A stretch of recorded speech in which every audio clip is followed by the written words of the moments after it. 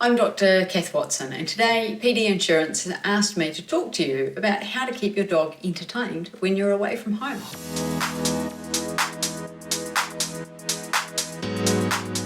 So, first thing, why would you want to keep them entertained?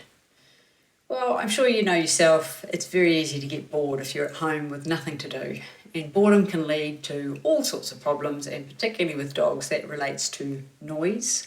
So dogs that are whining or barking all day tend to get on your neighbour's nerves quite a lot, and you might just find you've got the council knocking at your door or noise control. Second is that boredom can lead to all sorts of problems of distraction. So dogs can get up to all sorts of activities like digging holes, trying to scratch their way out of the house if they're locked inside, chewing on furniture or other valuable items or shoes, any of that sort of stuff. But actually, some dogs end up anxious and they can end up harming themselves, not just your home. So that may be something really subtle, like they're just spending a lot of time licking themselves in one place and start losing fur, and maybe the skin gets a little bit damaged. Or it may be as severe as trying to throw themselves out through a window and ending up with massive wounds, trying to break down doors, that sort of stuff. So there's a whole spectrum of signs of anxiety there.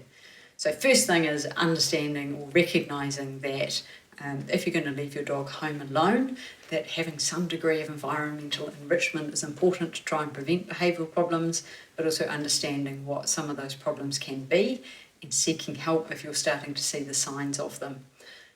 And one thing at this point I'd like to recommend you consider is getting something like an activity monitor for your dog. So these can be little discs that sit on the collar and help show what normal activity levels are like for your dog. So if you find when you're home, your dog spends quite a lot of time sleeping and then will go out and do certain activities and like eating and so on, yet when you're away from home, those activities increase because your dog's suddenly pacing up and down, or perhaps your dog's sleeping more than usual.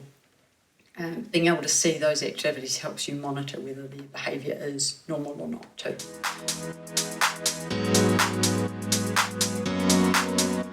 So, back to how do we keep them entertained when we're away? First thing is making sure that your dog is actually being comfortable being left alone. So that's something you need to train them to do when they're young. I'm not going to go into any detail about that now, but like I say, making sure your dog is actually trained to be alone and keep their own company.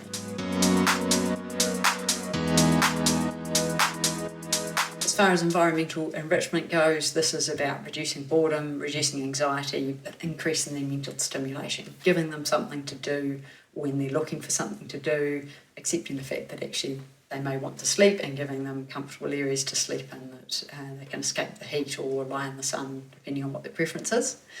As far as things they can do, so toys. There are chew toys, so things that they can chew on that's not going to destroy other valuable items in your house, like rope toys, that sort of stuff.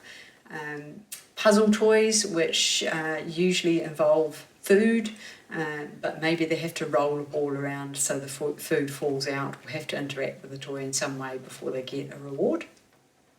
If your dog really likes digging, then maybe having a sand pit that stuff's buried in for them to go and dig up in their spare time. And dogs often love scents, so leaving stuff for the dog to find around the house and leaving a bit of a trail for them to follow, that sort of thing, can be quite fun around the garden as well. They don't always need background noise, but having something going in the background may be quite entertaining for some dogs as well. So that might just be the radio playing, so there's some human voices going that helps them settle. It may be having the TV playing, and maybe you found that your dog is particularly interested in things like nature programs, so leaving something playing on the TV that's going to keep them interested.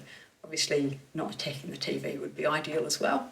And maybe just some music playing in the background. And if you do have a dog who is slightly more anxious than others, you may have heard this before, but classical music tends to be more relaxing for most dogs. And in particular, I don't think any pun intended, the composer that is generally recommended for dogs is Bach. Having a safe place for them at home. So that might mean that your dog is crate trained, so that there is a safe space for them to stay in, they can't escape. particularly if your dog is going to have outside access and there is no way of guaranteeing that they will stay on the property, then having a crate or a kennel that they're trained to stay in. But as I mentioned before, somewhere safe and nice and relaxing for them to sleep while you're away, because a lot of dogs actually will just sleep when you're away from home.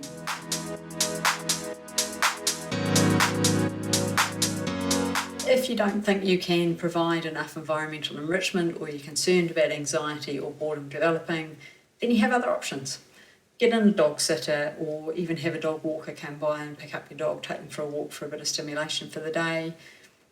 Set up a pet sharing situation, maybe with a neighbour or a friend, so that when you're not home, the dog goes to them. You might have a neighbour who's more than happy to look after the dog while you're away, particularly if it's going to be for a short period of time, or consider something like Doggy Daycare.